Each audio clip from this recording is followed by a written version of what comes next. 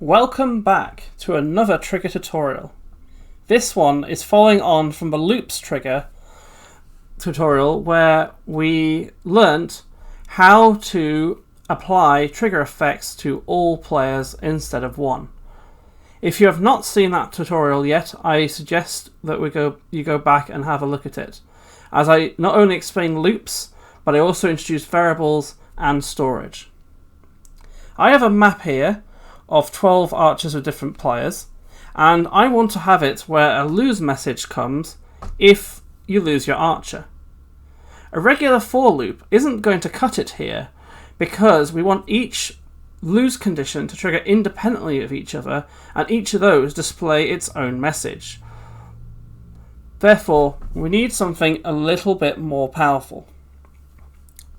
Therefore, I have created a system which allows you to create one trigger and then act as multiple triggers of one for each player in the form of dynamic triggers. Let's put this new functionality to use in order to make it easy to put a message when each player loses. The change I've done to the scenario beforehand is I've turned off victory condition so it doesn't end the moment we lose our archer. And I've put a couple of triggers in to save a little bit of time. First of all is trigger loader initialize, which is needed because the system uses the trigger loader to work. Secondly, I've just put in a revealer to all players, and I've set the line of sight large enough so that we can see the entire map. So let's go ahead and create our lose trigger so that it applies to all players displaying a message. So I want to create a new trigger and we're going to call it lose. Then we set it to active, so we want the system to occur. Now, this system of creating trigger once and applying to all does not support the loop functionality on this trigger here. There is a way to loop it, but it isn't here and it isn't supported. If you try and do it, it won't work properly. Now, let's go to the effects. In here, we want to put in our wrapping trigger condition, which is dynamic trigger for each player start. In here, we're going to declare a variable, which will be our player, which we'll use for our effects. And we want it to range from 1 to 12 since we've got all 12 players. We don't want it to loop. Now, this is where you do set it to loop. If you want to loop, you do it here rather than on the trigger system. I couldn't make it work with the trigger system, so that's why there's a separate box. The second field, Boolean field, is act as true. This normally doesn't need touching. However, due to the way conditions work, this has to return a value as if it's a condition. So by default, it returns true, which means that this trigger will activate if itself plus the other conditions are true. In some rare cases, you want it where it activates if the trigger conditions are false, because you've got the not box ticked.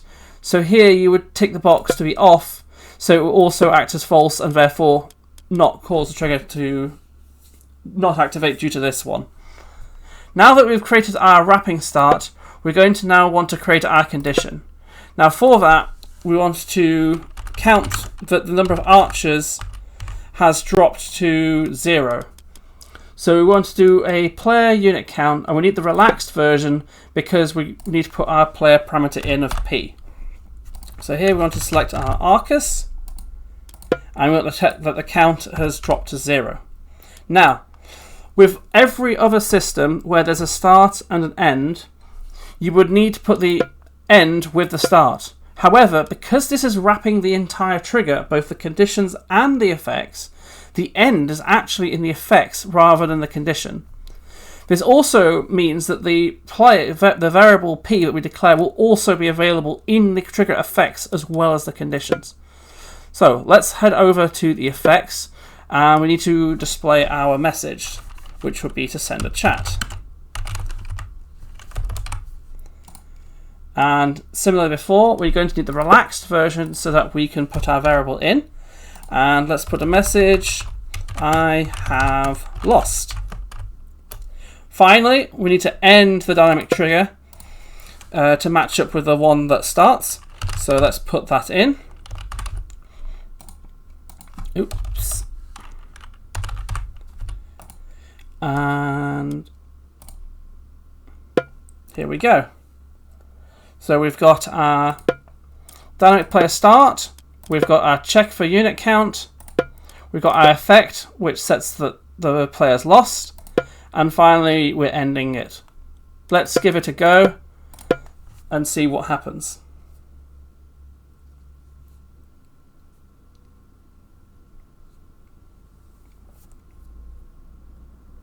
Takes a little bit longer because there's 12 players.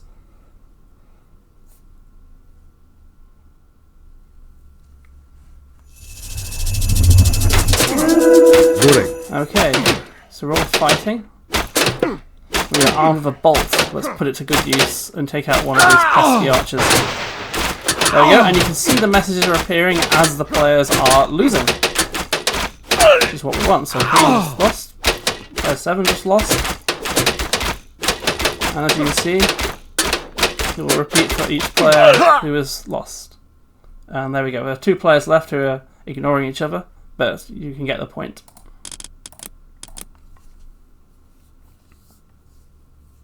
Now then, let's move on to something that's a little bit more complex, as that was a very straightforward use. And we can show off some loops and some other concepts.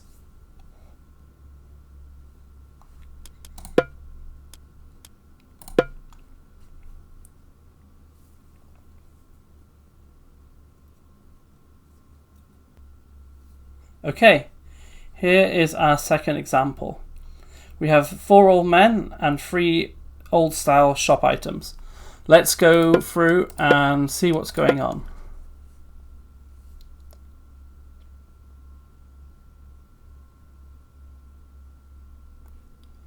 So we can see on here, we've got a shop item which will give us a bronze for 1 gold, which we haven't programmed any of yet.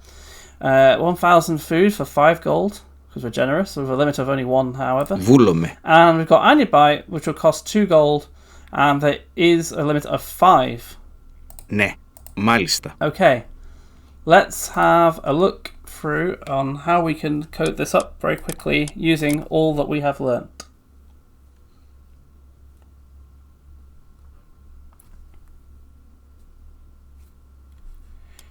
If we take a look at the existing triggers, we've got an initialize, which is for our trigger loader, and we've got some display in-game prompts, which are used to show them the labels on the shop items on each of the obelisks. So I've given each of these a different ID, and then put some text on with the show player color off, as it makes the message look a bit better. Finally, I've actually made use of the looping system in order to set the speed of the old men a little bit higher, so we can reach the shop items just a little bit quicker. So there's a good example of the loops if you've not seen them already. Right then, let's go through and program up our shops. So to remind ourselves, the first shop item is the bronze, which costs 1 gold and there is no limit. Let's code that in. So let's just call this shop 0, and for that we've got no limit on the number of purchases, but remember that we don't want to put the loop here, we want to do the loop further inside. So let's go and do that. In here we need to add the conditions. We need to add a dynamic trigger, so let's do that. And we want P to range from 1 to 4. We do want it to loop, so let's put looping on. And we want to check a couple of things. First of all, we need to check that the player has enough money. So let's sort that out.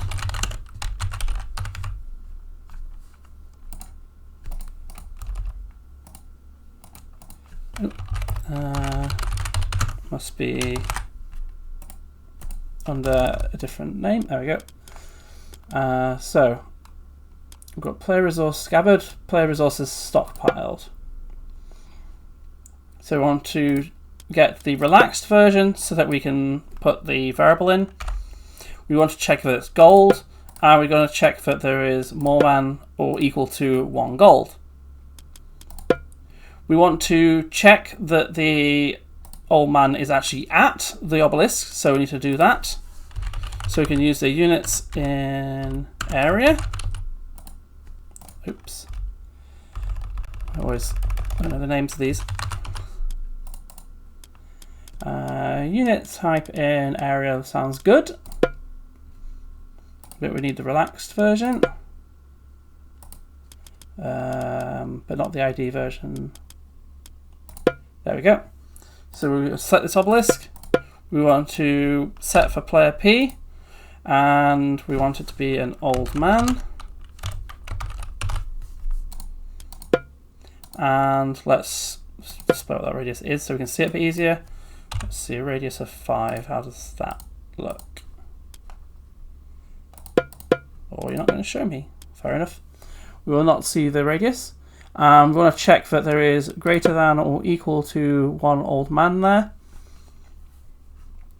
We finally want it to activate every second rather than continuously, otherwise it's going to go a little bit mental. So let's just put a timer limitation in there of 1 second. For effects, we need to grant the resources, but negative in order to take them away. So we want to grant the resources relaxed, and we want to subtract the gold. So we want to grant negative. We want to put the player P variable in. Then we want to grant the god power. So let's sort that out. And again, we need the relaxed version. We'll put player P in, and we want the bronze god power, which we want 1 use of. And let's put a message in for that. Oops. Send chat. And actually, let's just do it to player. Otherwise, players will be seeing each other's chats, which won't be so good. So we need the relaxed version. So I'll put player P in, and let's put bronze bought. Finally, we need to end the loop. So let's sort that out. So dynamic, and we'll end it there. So let's just recap what we've got. We've got our trigger. As I mentioned, you don't put looping on. You just put it on high priority. And active, but no loop here. In the conditions, we've got the dynamic one. We're wanting to run for all 4 players. We want to check that player P has 1 gold. We want to check that there is an old man with greater than or equal to 1 of them. We want to limit it by 1 second. We're then granting -1 gold. We are granting the bronze god power to that player. And we're going to send a message to themselves saying that they bought the bronze, and we'll end the loop. Let's give this first shop a go.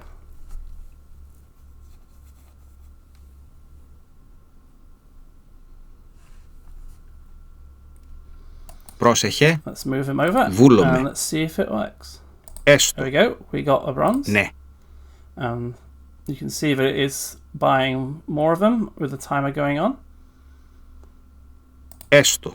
Μάλιστα. Let's check that it works for player 2 as well, as that is the part of the point of this exercise.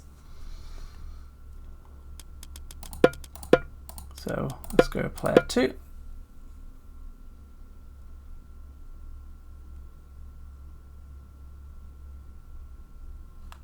Έτοιμος. Oops. Oh yes, there's a bug at the moment in Retold where the drop down for playtest doesn't actually work properly. If you set it, you need to go into the top right here and set it through there instead. Hopefully that will get fixed at some point.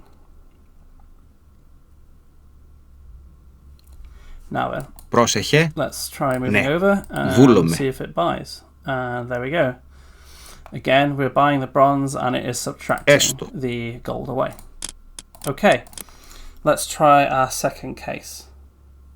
Now, there are ways we could use to make it so we don't have to create so many, just do copies of each of the shops and change a few things.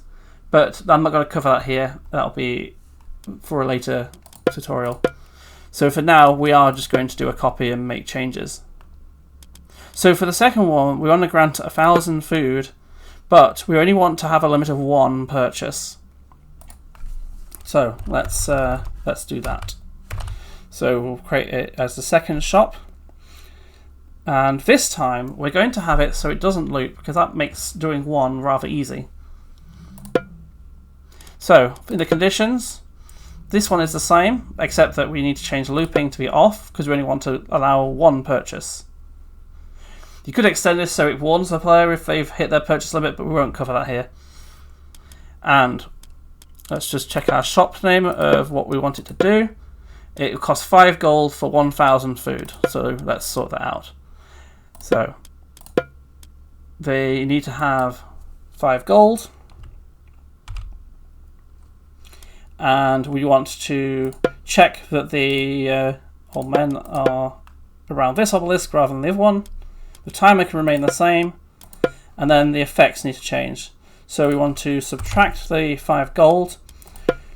We want to then grant the 1,000 food. So let's sort that out. In fact, that is just the same as that. So let's just reuse it and change that to food. And grant 1,000. And 1,000 food.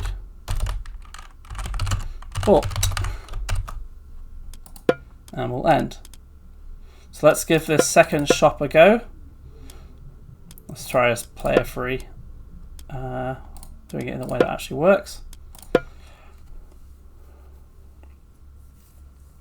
Show that it's working for any arbitrary player rather than a specific one. Έτοιμος. Let's see. Ναι. So we should get it once. Έστω. There we go. We bought the 1,000 food and we don't get any future messages. So that is great.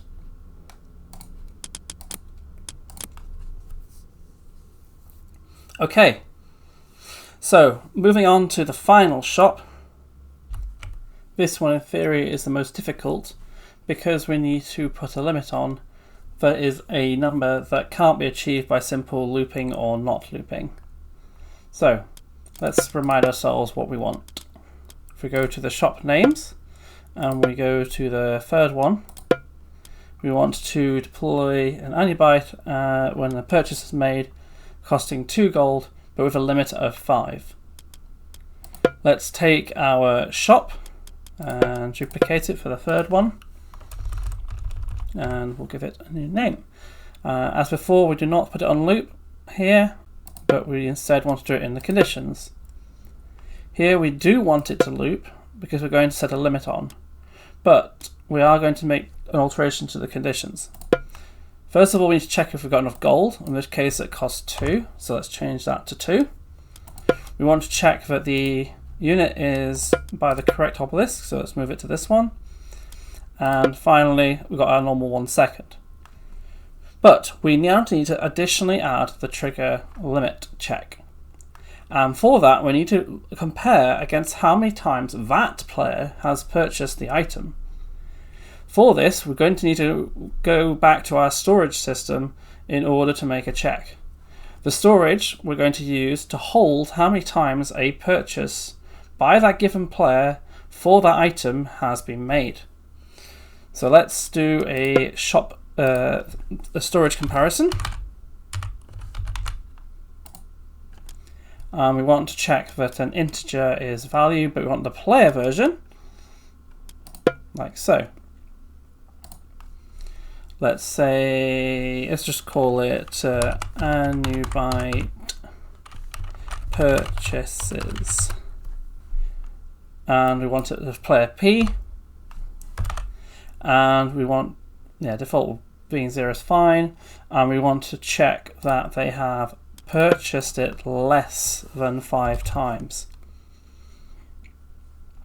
Then we want to go into our system here. So this is where they got the gold taken off, which is now reduced to 2.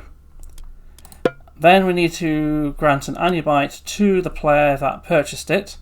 So let's go and sort that out. Let's use the unit create. Oops.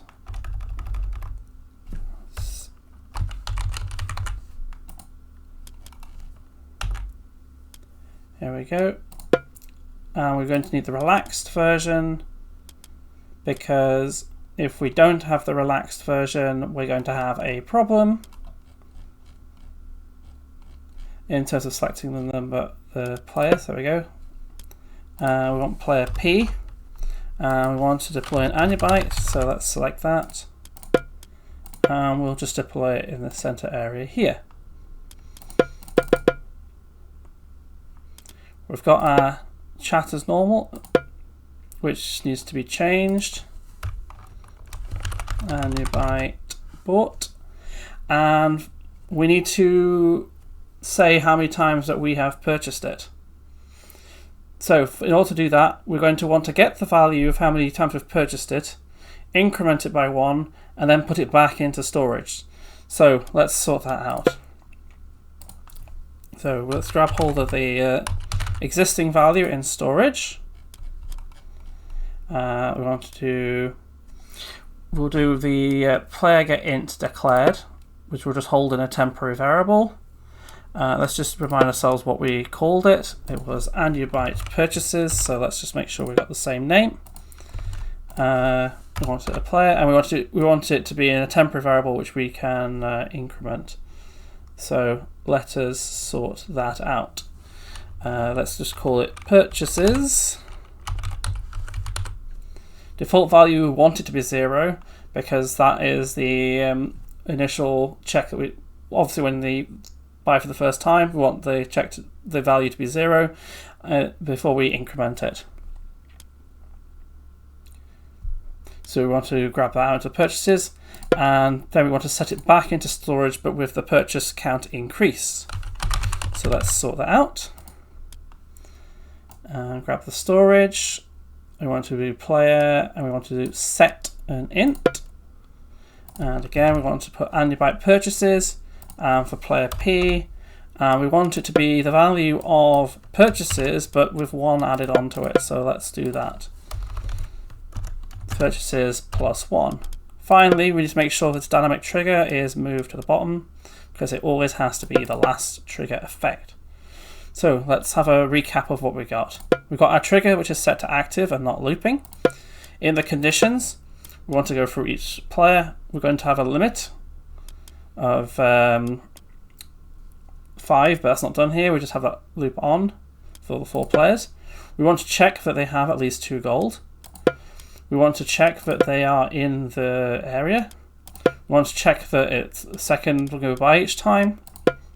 And we want to check that the number of purchases made by that player is less than 5.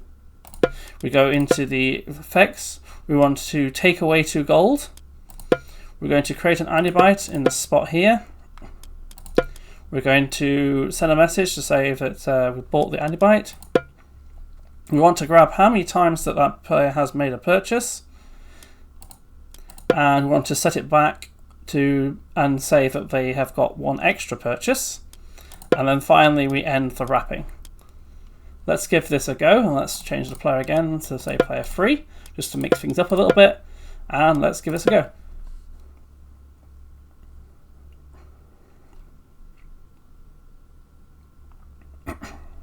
Πρόσεχε. So if we go over here, we Ναι. should be purchasing only 5 times.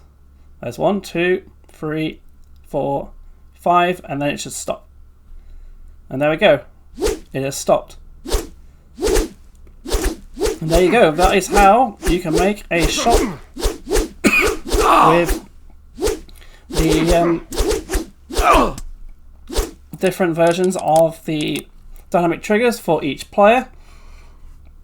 And as you can see, it is quite versatile in what you can do with making the shops, let's say, with different numbers of limits and different effects that you can do. I hope this tutorial was helpful, and hopefully we'll see you around for the next one. Goodbye.